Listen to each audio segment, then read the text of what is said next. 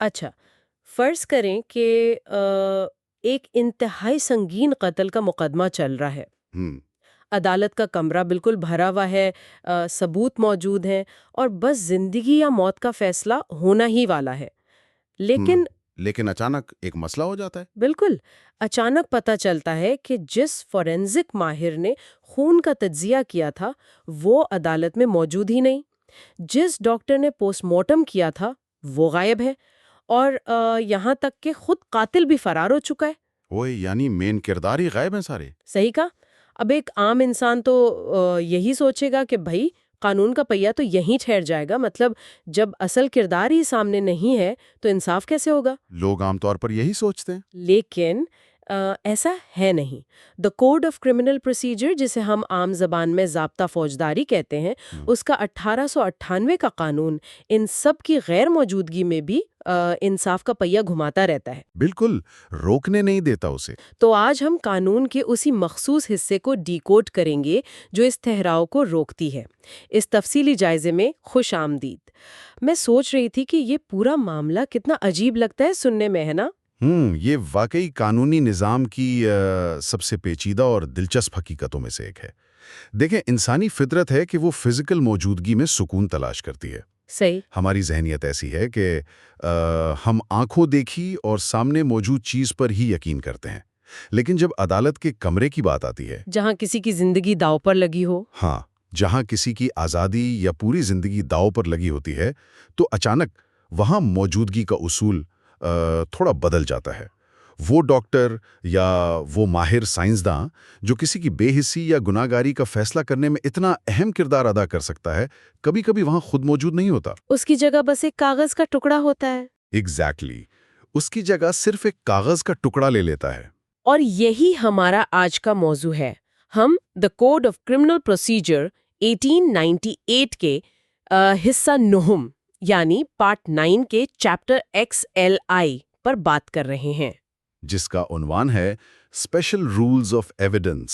ہاں، یا شہادت کے خاص قواعد۔ تو آج ہمارا مقصد یہ سمجھنا ہے کہ جب عدالت میں اہم افراد موجود نہ ہوں تو قانون ٹھہرنے کے بجائے ان خاص قواعد کا استعمال کیسے کرتا ہے، جو کہ سیکشن 509 سے لے کر 512 تک پھیلے ہوئے ہیں۔ اور یہ قواعد بس خشک کاغذی باتیں نہیں ہیں، یہ اصل میں انصاف فراہم کرنے اور وقت کی اہم بچت کے درمیان ایک انتہائی نازک توازن قائم کرتے ہیں۔ توازن سے آپ کی کیا مراد ہے یہاں؟ اس توازن کو سمجھنے کے لیے تھوڑا سا ماضی میں جانا ضروری ہے۔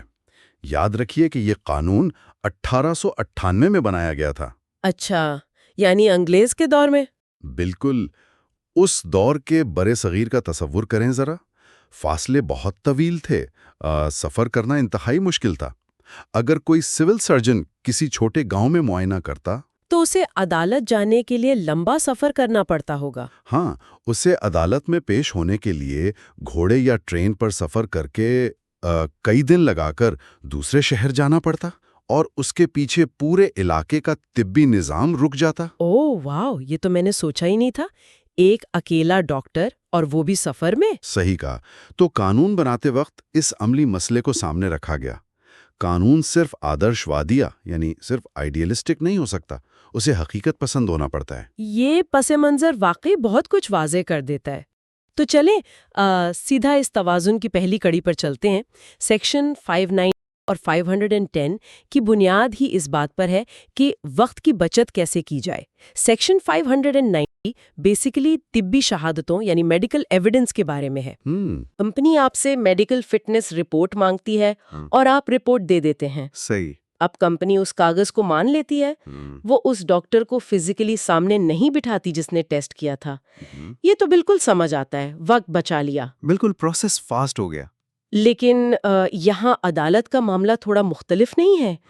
جب کسی انسان کی آزادی داؤ پر لگی ہو تو کیا صرف ایک کاغذ کی رپورٹ پر آنکھیں بند کر کے بھروسہ کر لینا اور اس سائنسدان یا ڈاکٹر سے جرا یعنی کراس ایگزامینیشن نہ کرنا یہ خطرناک نہیں ہے؟ دیکھیں، یہ ایک بہت ہی جائز اور بنیادی خدشہ ہے، اور یہی وجہ ہے کہ قانون اس کاغذ پر اندھا بھروسہ نہیں کرتا۔ اچھا، تو پھر کیا کرتا ہے؟ سیکشن 509 واضح کرتا ہے کہ ایک سول سرجن یا کسی اور میڈیکل وٹنس کا بیان صرف تب عدالت میں بطور شہادت استعمال ہو سکتا ہے جب وہ پہلے ہی کسی میجسٹریٹ کے سامنے ریکارڈ اور اٹیسٹ کیا گیا ہو۔ یعنی وہ سیدھا عدالت نہیں آتا، پہلے ایک پروسیس سے گزرتا ہے۔ ہاں، اور اس میں سب سے اہم شرط یہ ہے کہ وہ بیان ملزم کی موجودگی میں ریکارڈ ہوا ہو۔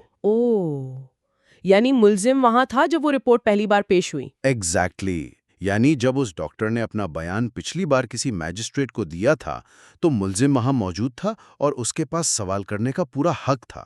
یہ کوئی ہوا میں لکھا گیا کاغذ نہیں ہے، اس کی ایک بار پراپر قانونی چھان بین ہو چکی ہے۔ اچھا، یہ نقطہ واضح کرتا ہے کہ بنیادی قانونی کارروائی ہو چکی ہوتی ہے، لیکن ان فورینزک ماہرین کا کیا جن کی رپورٹ سیدھی عدالت آتی ہیں، جنہوں نے کبھی میجسٹریٹ کے سامنے بیان نہیں دیا ہوتا؟ جن کے صرف لیب کی رپورٹ ہوتی ہے؟ ہاں، مثال کے طور پر خون کا تجزیہ کرنے والے یا دستاویزات کی جانچ کرنے والے لوگ۔ اس مقام پر پھر سیکشن 510 لاگو ہوتا ہے۔ یہ سیکشن کچھ مخصوص قسم کے ماہرین کی رپورٹس کو کور کرتا ہے۔ اس میں chemical examiner, serologist, finger print expert, fire arm expert, chemist, pharmacist, یعنی تمام بڑے سائنٹیفک ماہرین۔ بالکل، فورنسک سائنٹسٹ اور ہینڈ رائٹنگ ایکسپرٹ سب شامل ہیں۔ قانون کا مقصد یہاں یہ ہے کہ ان اعلیٰ سطح کے ماہرین کو ہر چھوٹے بڑے کیس میں پرسنلی بلانے کے بجائے ان کی سائنڈ رپورٹس کو ہی شہادت مان لیا جائے، کیونکہ ان کے پاس بھی وقت کم ہوتا ہوگا۔ آپ خود سوچیں، اگر ان سب کو ہر کیس میں عدالت بلایا جانے لگے تو ملک کے تمام ہاسپٹلز اور فورنسک لیبز تو بالکل خالی ہو جائیں گے۔ صحیح بات ہے، وہ کام کب کریں گے؟ وہی تو، ان کا اصل کام بینچ پر بیٹھ کر باریک بین ریسرچ اور انالیسس کرنا ہے، عدالتوں کے باہر بینچ پر بیٹھ کر اپنی باری کا انتظار کرنا نہیں۔ ہاں، یہ پوائنٹ تو ہے۔ ویسے اس فہرست میں مجھے ایک بہت ہی مخصوص اور دلچسپ عہدہ بھی نظر آیا، Pakistan security printing corporation limited کا چیف کیمسٹ۔ ہاں، یہ واقعی دلچسپ ہے۔ مطلب ایک 1898 کے قانون میں اتنی جدید اور مخصوص آسامی کا ذکر ہونا تھوڑا حیران کن لگتا ہے۔ حیران کن تو ہے، لیکن اس کی وجہ انتہائی ٹھوس ہے۔ یہ وہ ادارہ ہے جو ملک کی کرنسی یعنی نوٹ اور پاسپورٹ جیسے انتہائی حساس دستاویزات چھاپتا ہے۔ اچھا، تو ان کی ویریفیکیشن ضروری ہوتی ہے؟ ہاں، اب فرض کریں کہ ملک کی کسی حصے میں جعلی کرنسی کا ایک چھوٹا سا نیٹ ورک پکڑا جاتا ہے۔ صحیح۔ اگر قانون یہ لازمی قرار دے کہ ان نوٹس کی تصدیق کے لیے چیف کیمسٹ کو خود آ کر بیان دینا ہوگا ہر کیس میں، تو ملک کی اہم ترین سیکیورٹی پرنٹنگ کا کام تو بالکل ٹھہر جائے گا۔ بالکل۔ ریاست اپنے بنیادی اداروں کو ہر دوسرے دن اس طرح عدالتی چکر میں نہیں الجھا سکتی، اس لیے ان کی مہر شدہ رپورٹ کو ہی قانون ایک وزنی ثبوت تسلیم کرتا ہے۔ منطق سننے میں تو بہت مناسب لگتی ہے بھائی، ریاست کا نظام چلانا بھی تو ضروری ہے، لیکن عملی طور پر چاہے وہ چیف کیمسٹ ہوں یا کوئی اور فورنسک ماہر، آخر ہیں تو انسان ہی نا۔ رپورٹ میں غلطی بھی تو ہو سکتی ہے، کسی نمونے یعنی کسی بلڈ سیمپل وغیرہ کو ملانے میں بھول ہو سکتی ہے۔ تو کیا ملزم کو صرف اس ریاستی وقت کی بچت کی وجہ سے قربانی کا بکرا بننا پڑے گا؟ نہیں، بالکل نہیں۔ اور اس کا جواب سیکشن 510 کے پرووائزو یعنی اس شرط میں موجود ہے جو قانون نے خود درج کی ہے۔ اچھا، کیا شرط ہے؟ قانون نے وقت بچانے کے لیے ایک عمومی راستہ تو نکال لیا، لیکن انصاف کا دروازہ بند نہیں کیا۔ شرط یہ ہے کہ اگر عدالت کو محسوس ہو کہ انصاف کے مفاد میں یعنی ان دی انٹرسٹ آف جسٹس، یہ ضروری ہے کہ اس ماہر کو سامنے بلا کر سوال جواب کیے جائیں۔ تو عدالت اسے بلا سکتی ہے؟ ہاں، عدالت بالکل اسے سمن کر سکتی ہے۔ یہ آپ سمجھ لیں کہ ایک قسم کا ڈیفالٹ سیٹنگ اور مینول اوور رائڈ والا نظام ہے۔ زبردست، یعنی ڈیفالٹ سیٹنگ یہ ہے کہ رپورٹ مان لی جائے، لیکن اگر ضرورت پڑے تو مینول اوور رائڈ کر کے ماہر کو بلا لو۔ پریسائزلی، اگر ملزم کے وکیل کو رپورٹ پر کوئی ٹھوس اعتراض ہے یا انہیں لگتا ہے کہ رپورٹ میں کوئی تکنیکی خامی ہے تو وہ عدالت کو مطمئن کر سکتے ہیں کہ ماہر کو بلانا لازمی ہے۔ اچھا، چلیں اس نقطے کو تھوڑا آگے بڑھاتے ہیں۔ یہ تو طے پا گیا کہ قانون ایک غائب ماہر کی رپورٹ پر اعتماد کرتا ہے تاکہ حال کا یعنی پریزنٹ کا وقت بچے۔ صحیح۔ لیکن اب میری سوچ یہ تھی کہ کیا قانون یہی اعتماد کسی کے ماضی یعنی پاسٹ کو ثابت کرنے کے لیے بھی کرتا ہے؟ اگر عدالت کو یہ جاننا ہو کہ ملزم کا ماضی کیسا تھا تو اس کے لیے سیکشن 511 ہے۔ یہ سیکشن اس معاملے سے نمٹتا ہے۔ ہاں، جس کا عنوان ہے پریویس کنوکشن اور اکویٹل ہاؤ پرووڈ، یعنی کسی کی پچھلی سزا یا بریات کو عدالت میں کیسے ثابت کیا جائے۔ درست۔ اور دیکھیں، قانون کسی کی زبانی کلامی بات پر بھروسہ نہیں کرتا۔ کوئی عدالت میں کھڑا ہو کر یہ نہیں کہہ سکتا کہ اس شخص نے پہلے بھی چوری کی تھی۔ اسے ٹھوس دستاویزی ثبوت چاہیے ہوتا ہے۔ اگر میں اس کو عام زندگی سے جوڑوں تو یہ بالکل کسی طالب علم کی مثال جیسا ہے، جیسے کسی نوکری کے لیے آپ صرف زبانی نہیں کہہ سکتے کہ میں نے ڈگری حاصل کر لی ہے۔ ہاں، آپ کو ٹرانسکرپٹ دکھانی پڑتی ہے۔ بالکل، اس کے لیے مہر لگا ہوا کاغذ، ایک دستاویز چاہیے ہوتی ہے جس پر ادارے کی سٹیمپ ہو۔ عدالت میں بھی صرف الفاظ کافی نہیں ہوتے۔ لیکن، اور یہاں ایک لیکن ہے، سیکشن 511 کی عبارت پر اگر غور کیا جائے تو ایک بڑا اہم سوال پیدا ہوتا ہے۔ کیا سوال؟ یہ کہ اس قانون میں دستاویزات جمع کرنے کا طریقہ اتنا پیچیدہ کیوں رکھا گیا ہے؟ پیچیدہ کس لحاظ سے؟ مطلب قانون کہتا ہے کہ سب سے پہلے عدالت کے ریکارڈ کیپر آفیسر سے سرٹیفائیڈ ایکسٹریکٹ یعنی فیصلے کی تصدیق شدہ کاپی لانی ہوگی۔ صحیح۔ اب اگر ایک سرٹیفائیڈ کاپی پہلے ہی آ چکی ہے کورٹ میں تو اس کے ساتھ مزید جیل آفیسر کے سرٹیفکیٹ یا وارنٹ آف کمٹمنٹ جیسی دستاویزات کی کیا ضرورت پڑتی ہے؟ صرف عدالت کے فیصلے والی کاپی پر ہی اعتماد کیوں نہیں کر لیا جاتا؟ یہ بہت اچھا نکتہ ہے، لیکن اس پیچیدگی کے پیچھے ایک انتہائی گہرا قانونی اور انسانی فلسفہ موجود ہے۔ وہ کیسے؟ دیکھیں، صرف دستاویزات جمع کرنا اصل مسئلہ نہیں ہے۔ اصل مسئلہ آئیڈینٹی یعنی شناخت کا ہے۔ شناخت؟ ہاں، قانون صرف اس بات پر فیصلہ نہیں کرتا کہ علی نام کے ایک شخص کو پچھلی بار سزا ہوئی تھی۔ قانون کو یہ 100% ثابت کرنا ہوتا ہے کہ جو علی آج اس وقت عدالت کے کٹگھرے میں کھڑا ہے، یہ ہبہو وہی علی ہے جسے پچھلی بار سزا ہوئی تھی۔ اوہ، اچھا۔ اسی لیے سیکشن 511 کے آخر میں ایک انتہائی اہم شرط درج ہے: evidence as to the identity of the accused person. یہاں آ کر تو معاملہ انتہائی دلچسپ اور حساس ہو جاتا ہے۔ یعنی کاغذ کی سچائی اپنی جگہ، لیکن اس کاغذ کا اس سامنے کھڑے فزیکل انسان کے ساتھ جڑنا سب سے زیادہ ضروری ہے۔ بالکل۔ ہمارے معاشرے میں آپ نے دیکھا ہوگا کتنے لوگوں کے نام، ان کے آباء و اجداد کے نام، یہاں تک کہ گاؤں یا شہر کے نام آپس میں ملتے جلتے ہیں۔ ہاں، یہ اکثر لوگوں کے نام علی، عثمان، عمر ہوتے ہیں اور والد کا نام بھی کامن ہوتا ہے۔ ایگزیکٹلی، اگر صرف فیصلے کی سرٹیفائیڈ کاپی کافی ہوتی تو نام کی یکسانیت یا سملیرٹی کی وجہ سے کسی بالکل بے گناہ شخص پر دوسرے کی سزا کا تھپا لگ جاتا۔ یہ تو بہت بڑا ظلم ہو جاتا۔ اسی لیے جیل کا ریکارڈ یا وارنٹ آف کمٹمنٹ اس شخص کی فزیکل آئیڈینٹی کو کورٹ کے کاغذوں سے جوڑتا ہے۔ یہ دستاویز بتاتی ہیں کہ اس وقت جو شخص جیل گیا تھا اس کے حلیے کیا تھے، اس کے فزیکل مارکس کیا تھے، جیسے چہرے پر کوئی چوٹ کا نشان یا مول وغیرہ۔ ہاں، اور ریکارڈ کے مطابق یہ ثابت ہوتا ہے کہ وہ یہی انسان ہے۔ واہ!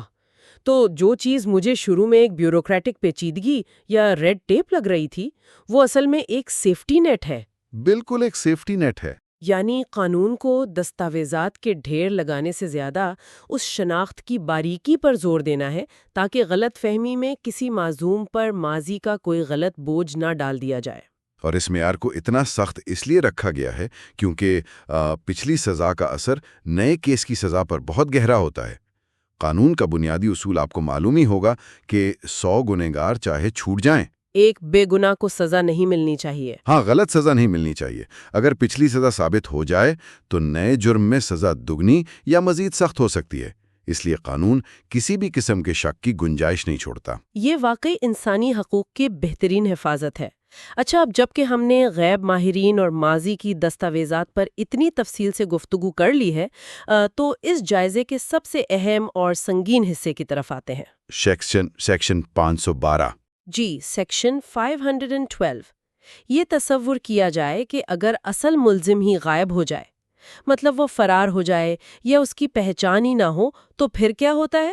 دیکھیں، اگر قانونی نظام کو دنیا کی حقیقتوں کے مطابق چلنا ہے تو وہ ایک ایسی آخری منزل پر آ کے ٹھہر نہیں سکتا جہاں کوئی گناہگار صرف بھاگ کر پورے قانون کو معطل کر دے۔ صحیح۔ یعنی بھاگنے والے کو فائدہ نہیں ملنا چاہیے۔ بالکل۔ یہاں سیکشن 512 اپنا اہم کردار ادا کرتا ہے۔ اس پر غور کرتے ہوئے میرے ذہن میں ایک مثال آتی ہے۔ اچھا؟ ہاں، یہ کچھ اس طرح ہے جیسے ایک پگھلتی ہوئی برف کی مورتی ہو، ایک میلٹنگ آئس اسکلپچر۔ دلچسپ مثال ہے۔ دیکھیں، جب سامنے ایک برف کا مجسمہ ہو تو وقت گزرتے گزرتے اس نے پگھلنا ہی ہے نا۔ اگر بر وقت اس کی تصویر نہیں لی جائے گی تو کچھ دیر بعد کسی کو پتہ بھی نہیں چلے گا کہ وہاں اصل میں کیا بنایا گیا تھا۔ صحیح کہہ رہی ہیں۔ عدالت میں بھی ثبوت اور گواہوں کی یادیں بالکل اسی برف کی طرح ہوتی ہیں جو وقت اور حالات کے ساتھ دھندلا جاتی ہیں، پگھل جاتی ہیں۔ تو اس سے پہلے کہ وہ مٹ جائیں انہیں ریکارڈ کرنا ضروری ہے۔ بالکل، یہ تصویر کشی بہت ستیک ہے، اور آپ سمجھ لیں کہ سیکشن 512 اصل میں اس برف کے مجسمے کے گرد ایک قانونی فریزر بناتا ہے۔ ایک قانونی فریزر، واہ! وہ برف کو ہمیشہ کے لیے پگھلنے سے تو نہیں روک سکتا، لیکن جب تک ملزم پکڑا نہیں جاتا وہ اس کی حقیقت اور یادوں کو کاغذ پر محفوظ کر لیتا ہے تاکہ وہ گواہ کل کو بھول نہ جائے۔ لیکن ایک سیکنڈ، اس فریزر میں ڈالنے کے عمل پر ایک بہت بڑا سوال پیدا ہوتا ہے۔ جی پوچھیں۔ ملزم اگر وہاں عدالت میں موجود نہیں ہے اور عدالت اس کی غیر موجودگی میں ہی گواہوں کے بیان ریکارڈ کرنا شروع کر دے تو کیا یہ ملزم کے دفاع یعنی اس کے رائٹ ٹو ڈیفنس کی سیدھی خلاف ورزی نہیں؟ یہ خدشہ بالکل ٹھیک ہے۔ مطلب بنا کسی کو سنے اس کے خلاف ایک یک طرفہ ریکارڈ کیسے بن سکتا ہے؟ یہ تو انصاف کے خلاف لگتا ہے۔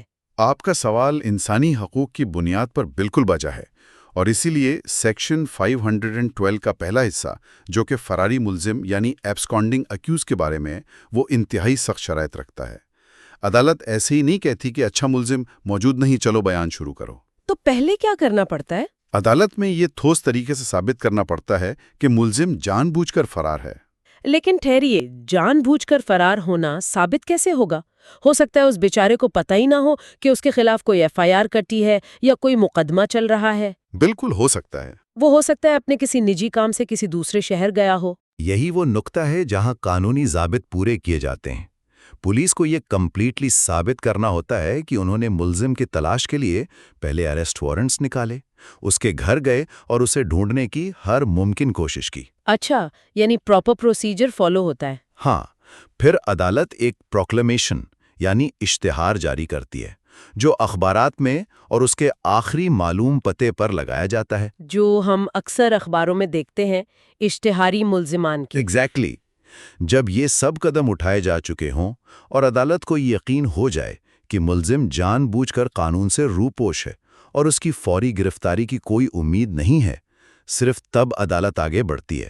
یعنی لا اسے بھاگنے کا فائدہ نہیں لینے دیتا۔ عدالت ملزم کو وقت دے کر خود کو ٹھہرانے نہیں دیتی۔ وہ پروسیکیوشن کے گواہوں کو بلائے گی اور ملزم کی غیر موجودگی میں ان کے بیانات ریکارڈ کر لے گی۔ یعنی آپ کی مثال کے مطابق برف کے مجسمے کی تصویر لے لی گئی۔ صحیح۔ اور جب ملزم سالوں بعد پکڑا جاتا ہے، فرض کریں 5 سال بعد، تو کیا یہ بیانات فوراً اس کے خلاف استعمال ہو جاتے؟ نہیں، فوراً نہیں۔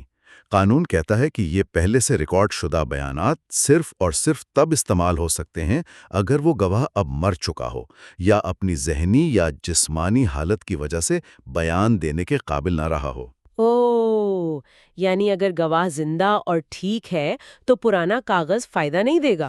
بالکل، اگر گواہ زندہ ہے اور عدالت آ سکتا ہے تو اسے بلایا جائے گا اور نئے سرے سے گواہی ہوگی تاکہ ملزم کو اس سے کراس ایگزامینیشن کا پورا حق مل سکے۔ یعنی اگر گواہ دستیاب ہے تو حق دفاع یعنی ڈیفنس کا حق بحال ہو جاتا ہے۔ یہ تو بہت فیئر ہے۔ درست۔ اور ایک اور شرط یہ بھی ہے کہ اگر اس گواہ کی موجودگی کو یقینی بنانے میں انتہائی زیادہ تاخیر، خرچہ یا زحمت ہو جو حالات کے مطابق نامناسب لگے، تب بھی وہ پرانا ریکارڈ شدہ بیان بطور شہادت استعمال ہو سکتا ہے۔ صحیح۔ اصل منطق یہ ہے کہ ملزم اپنی مرضی سے بھاگ کر قانونی نظام کو یغمال یا ہاسٹیج نہیں بنا سکتا۔ اگر وہ بھاگا تھا تو اس نے کراس ایگزامینیشن کا اپنا حق خود ہی خطرے میں ڈالا۔ یہ پوری بات انتہائی منطقی لگتی ہے مجھے، لیکن یہ تو اس وقت کا معاملہ تھا جب ملزم کا پتہ ہو، نام پتہ ہو، لیکن وہ فرار ہو۔ جی، کیا حالات ہوں گے اگر پتہ ہی نہ ہو کہ جرم کس نے کیا ہے؟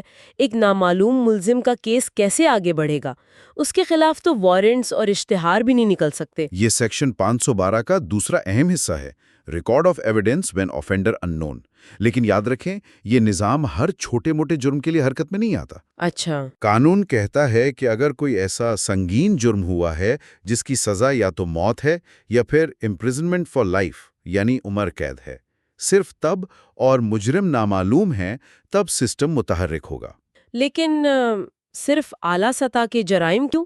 عام چوری یا چھوٹے مسائل میں کیوں نہیں؟ کیونکہ ریاستی وسائل محدود ہوتے ہیں اور صرف سنگین ترین کیسز میں ہی معاشرے کا مفاد سب سے زیادہ جڑا ہوتا ہے. صحیح بات ہے، مرڈر جیسا کیس ہو تو. ہاں، تاکہ ایسے خطرناک مجرم آزاد نہ گھومیں اور ان کے خلاف ثبوت ہمیشہ کے لیے محفوظ رہیں. ایسی صورتحال میں ہائی کورٹ کسی فرسٹ کلاس میجسٹریٹ کو حکم دے سکتی ہے کہ وہ بطور تحقیقاتی آفیسر ان تمام گواہوں کے بیانات ریکارڈ کرے جو اس جرم کے بارے میں جانتے ہیں. مقصد یہاں بھی وہی ہے کہ وقت پر ریکارڈ بن جائے، بھلے ملزم نامعلوم ہو. میموری پگھلنے سے پہلے ریکارڈ کر لو. بالکل. اب اگر 10 سال بعد کوئی نیا ملزم پکڑا جاتا ہے اور اس پر اس جرم کا الزام ثابت ہونے کی نوبت آتی ہے اور اب تک پچھلے گواہوں میں سے کوئی مر چکا ہے یا بیان دینے کے قابل نہیں، یا ایک نئی شرط یہ ہے کہ وہ گواہ پاکستان کی حدود سے باہر جا چکا ہے، یعنی ابراڈ سیٹل ہو گیا ہے، ہاں، تو وہ پہلے سے ریکارڈ شدہ بیانات اس نئے پکڑے گئے شخص کے خلاف بطور شہادت پیش کیے جا سکتے ہیں. زبردست. ان تمام باتوں کو آپس میں جوڑنا واقعی سوچنے پر مجبور کرتا ہے. اس پورے جائزے کو اگر اکٹھا دیکھا جائے تو ایک اہم نتیجہ سامنے آتا ہے. جی، کیا نتیجہ نکلتا ہے؟ یہ کہ 1898 کا یہ قانون جو تقریباً 1.5 صدی پرانا ہے، وہ اصل میں انتہائی پریکٹیکلی ڈیزائن کیا گیا تھا. یہ نظام لوگوں کی غیر موجودگی کی وجہ سے سہم کر رکنے کے بجائے خود کو آگے بڑھانے کا کوئی نہ کوئی راستہ نکال ہی لیتا ہے. بالکل صحیح تجزیہ ہے آپ کا. چاہے ملکی نظام کو بچانے کے لیے ماہر عدالت نہ آ سکیں یا چالاکی سے ملزم فرار ہو جائے، یہ لا اس میلٹنگ آئس کلپچر کی بروقت تصویر لے ہی لیتا ہے. لیکن ساتھ ہی جب ماضی کے ثبوت کی بات آتی ہے تو شناخت اور انصاف کے پہلوؤں کو بھی پوری مضبوطی سے قیام رکھتا ہے. اگر اسے وسیع تر پس منظر میں دیکھا جائے تو یہ قواعد ہمیں سکھاتے ہیں کہ قانون ایک بے جان اور خشک دستاویز نہیں ہے. یہ ایک زندہ اور متحرک ادارہ ہے. اسے زندگی کی اچانک پیدا ہونے والی پیچیدگیوں، موت، بیماری، طویل فاصلوں اور انسانی فطرت کی چالاکیوں کے ساتھ ہر روز مقابلہ کرنا پڑتا ہے، اور یہ چیپٹرز وہی عملی میکینزم فراہم کرتے ہیں. ان تمام پہلوؤں کو اتنے اچھے سے واضح کرنے کے بعد میں اس گفتگو کو سمیٹتے ہوئے ایک گہرا اور فکر انگیز سوال چھوڑنا چاہوں گی. ضرور. جب قانونی نظام ان دستاویزات اور ریکارڈ شدہ بیانات پر اتنا زیادہ انحصار کرتا ہے، خاص طور پر تب جب لوگ مر جائیں، بھول جائیں یا پاکستان کی حدود سے نکل جائیں، تو وقت کے ساتھ سچ کی حیثیت کتنی نازک ہو جاتی ہے. ویسے یہ سوچنے والی بات ہے. ذہن میں آتا ہے کہ قانون کی نظر میں سچ بس وہی بن کر رہ جاتا ہے جو سالوں پہلے کسی میجسٹریٹ نے سیاہی سے ایک کاغذ پر لکھ لیا تھا، اور جو کسی فراری ملزم کے پکڑے جانے کا برسوں تک کسی تنگ اور تاریک کمرے میں پڑی فائل میں انتظار کرتا رہتا ہے. ایک ٹھہرا ہوا سچ. یہ اس بات کی طرف ایک بہت واضح اور تھوڑا سا خوفناک اشارہ کرتا ہے کہ انسانی یادداشت بھلے ہی دھندلا کر پگھل جائے، کاغذوں اور دستاویزات کی طاقت کتنی عظیم ہوتی ہے. وہی کاغذ کا ٹکڑا جو عدالت کے کمرے میں آ کر کسی انسان کی آزادی یا ہمیشہ کی قید کا فیصلہ کر دیتا ہے. اور سچ کہوں تو یہی اس تحریر اور قانونی ریکارڈ کی اصل بے پناہ طاقت ہے جو انسانی فنا پذیری کو مات دے دیتی ہے. بالکل. تو انہی فکر انگیز سوچوں کے ساتھ ہماری آج کی گفتگو اپنے اختتام کو پہنچتی ہے. امید ہے سننے والوں کو اس تفصیلی جائزے سے موضوع کے نئے اور اہم پہلو واضح ہوئے ہوں گے. اس سفر میں ساتھ رہنے کا شکریہ. You are watching Legal Gupshup and GK with MD, your source for legal, historical, and breaking news. Don't forget to like, subscribe, and share for more informative content.